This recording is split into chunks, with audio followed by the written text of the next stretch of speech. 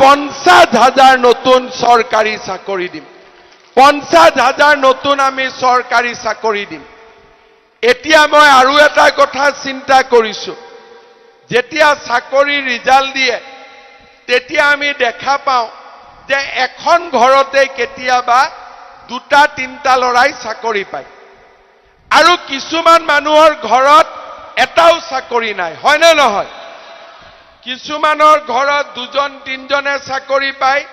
কিছুমানৰ ঘৰত এজন লৰাইও চাকৰি নাপায় সেই কাৰণে এইবাৰ আমি কি সিদ্ধান্ত লৈছো যে যাৰ ঘৰত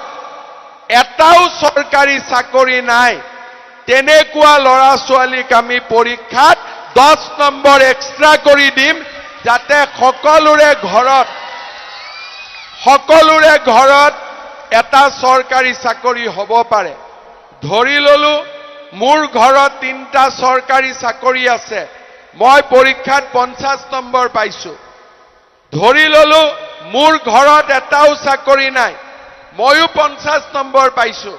চাকৰি নোপোৱা লৰাটোৰ নম্বৰৰ লগত 10 নম্বৰ যোগ হৈ যাব আৰু এটাও চাকৰি নাথাকা ঘৰত চৰকাৰী চাকৰি পোৱা আৰম্ভ হ'ব এইবাৰ আমি এই ধৰণৰ সিদ্ধান্ত লৈছো যাতে অসমৰ গৰীব দুখীয়া মানুহৰ ঘৰত এটাকৈ হলেও লাহে লাহে চৰকাৰী চাকৰি থকা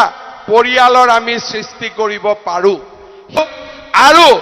এটা চাকৰিটো এটা দালালেও 1 টকাও খাবৰ কাৰণে আজি নোৱাৰিলে কোনেও আজি 1 টকা চাকৰিৰ নামত খাব নোৱাৰে আপোনালোকে চাব যিদিনাখন চাকৰি ৰিজাল্ট দিয়ে টিভিত চাকৰি পোৱা লৰাবিলাকৰ বিষয়ে আলোচনা হয় কোনে চাকৰি পায় ৰিক্সা চালকৰ লৰা ঠেলা চালকৰ লৰা খেতিয়কৰ লৰা গাঁৱৰ দুখীয়া মানুহৰ লৰা এতিয়া আৰু অসমত চৰকাৰী চাকৰিত কোনো মানুহে এটকাও ঘোষ দিব নালাগে তেনেকুৱা ব্যৱস্থা আজি আমি কৰিব পাৰিলো শ্ৰদ্ধা ৰাইজ 1 লাখ চাকৰি দিয়া হৈ গল এইবাৰ আমি সিদ্ধান্ত লৈছো যে এই বছৰৰ ভিতৰতে আমি আৰু 50,000 নতুন চৰকাৰী চাকৰি দিম 50,000 নতুন আমি চৰকাৰী চাকৰি দিম চাকৰি নোপোৱা লৰাটোৰ নম্বৰৰ লগত 10 নম্বৰ যোগ হৈ যাব আৰু এটাও চাকৰি নাথাকা ঘৰত চৰকাৰী চাকৰি পোৱা আৰম্ভ হ'ব এইবাৰ আমি এই ধৰণৰ সিদ্ধান্ত লৈছো যাতে অসমৰ গৰীব দুখীয়া মানুহৰ ঘৰত এটাকৈ হলেও লাহে লাহে চৰকাৰী চাকৰি থকা পৰিয়ালৰ আমি সৃষ্টি কৰিব পাৰো সেই কাৰণে ৰাইজক মই অনুৰোধ কৰিম যে ৰাইজ আমাৰ লৰা ছোৱালীক স্কুলত পঠাব লাগে আমাৰ লৰা ছোৱালীক কলেজত পঠাব লাগে আমাৰ লৰা ছোৱালীক পঢ়াব লাগে কাৰণ এতিয়া আমাৰ অসমত পঢ়িলে চাকৰি হয় শিক্ষা লাভ কৰিলে চাকৰি হয় দালালক টকা দিলে আৰু অসমত চাকৰি নহয় বিলাক ছোৱালীয়ে এইবাৰ মেট্ৰিক পাছ কৰি কলেজত এডমিশন ল'ব যিবিলাক ছোৱালীয়ে হায়াৰ সেকেন্ডাৰী পাছ কৰি ডিগ্ৰী কলেজত এডমিশন ল'ব আৰু যিবিলাক ছোৱালীয়ে ডিগ্ৰী পাছ কৰি ইউনিভাৰ্চিটিত এডমিশন ল'ব তেওঁলোকৰ বেংক একাউণ্টত চৰকাৰে 10,000 টকাকৈ সোমোৱাই দিব তাৰ মানে হায়াৰ সেকেন্ডাৰী পঢ়িলে 10,000 পাব ডিগ্ৰী পঢ়িলে 12,500 পাব আৰু ইউনিভাৰ্চিটি পঢ়িলে 25,000 টকাকৈ বছৰি পাব অৰ্থাৎ ল'ৰা আৰু ছোৱালীৰ পঢ়াৰ দায়িত্ব আধা চৰকাৰ আৰু আধা দেউতাক মাকৰ কিন্তু ছোৱালীৰ পঢ়াৰ পুৰা দায়িত্ব মামাৰ ওপৰত আছে ছোৱালীৰ পঢ়াৰ দায়িত্ব সম্পূৰ্ণৰূপে আমাৰ চৰকাৰে আপোনালোকক চাই দিব অৰুণোদয় পোৱা নাই হয়নে কোনে কোনে অৰুণোদয় পোৱা নাই হাত ডাঙৰ পোৱা নাই পোৱা নাই আপোনালোকেও পোৱা নাই ঠিক আছে অলপ নোপোৱাবিলাকৰ মনটোত বেয়া লাগে নহয় যেতিয়া পোৱাবিলাকে টকাটো পায় বেয়া লাগে না ঠিক আছে কোনে কোনে পাই আছে অৰুণোদয়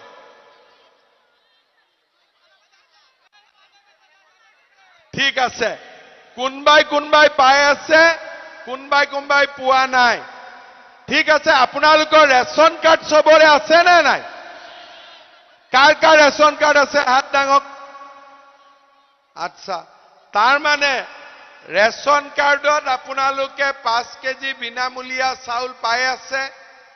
উজ্জ্বলা গেছ পাই আছে আয়ুষ্মান ভাৰতৰ কি পোৱা নাই ৰেচন কাৰ্ড থাকিলে উজ্জ্বলা গেছ দিবই লাগিব এজেন্টক কলে হল খালি ইয়াত জুনে জুনে পোৱা নাই তেওঁলোকে পাই যাব এটো কোনো চিন্তা নাই কাৰ্ড থাকিলে আচ্ছা কাৰ ৰেচন কাৰ্ড নাই হাত ডাঙক আপোনালোকৰ ৰেচন কাৰ্ড কিয় নাই এপ্লাই কৰা নাই কিয় সবেটো খোলা ৰেচন কাৰ্ড দি আছে আপোনালোকে কিয় এপ্লাই কৰা নাই ঠিক আছে মই এতিয়া আকৌ খুলি দিম ইয়াত যি 100 গৰাকী মানুহে যি ৰেচন পোৱা নাই তেওঁলোকে আবেদন কৰি লব কাৰণ এতিয়া ৰেচন কাৰ্ডখন লাগিবই ঠিক আছে আধাৰ কাৰ্ডৰ সমস্যা আছে নেকি নাই কাৰ আধাৰ কাৰ্ড আছে সমস্যা কাৰোতো নাই গতিকে আপোনালোকে ৰেচন কাৰ্ড কেখন আবেদন কৰা নাছিলে এতিয়া আপোনালোকে আবেদন কৰি লব কাৰণ আমাৰ মানুহে সন্মুখত থকা মানুহে কথা কব নাপায় খুৰী সন্মুখত থকা মানুহে কথা কলে পিছৰ মানুহবিলাকৰ খং উঠি থাকে সিহঁতি এনেই দেখা পোৱা নাই থিয় হৈ থাকি আছে হয়নে নহয় গতিকে যিসকলে ৰেচন কাৰ্ড আবেদন কৰা নাছিলে তেওঁলোকে ৰেচন কাৰ্ড কেখন আবেদন কৰি লব এতিয়া চৰকাৰে দিয়া সুবিধাবিলাকৰ কাৰণে ৰেচন কাৰ্ডখন অতিকে প্ৰয়োজনীয় এতিয়া মই আকৌ এবাৰ খুদিছো কাৰ ঘৰত ৰেচন কাৰ্ড আছে হাত ডাঙক সবৰে আছে 99% মানুহৰ ঘৰত ৰেচন কাৰ্ড আছে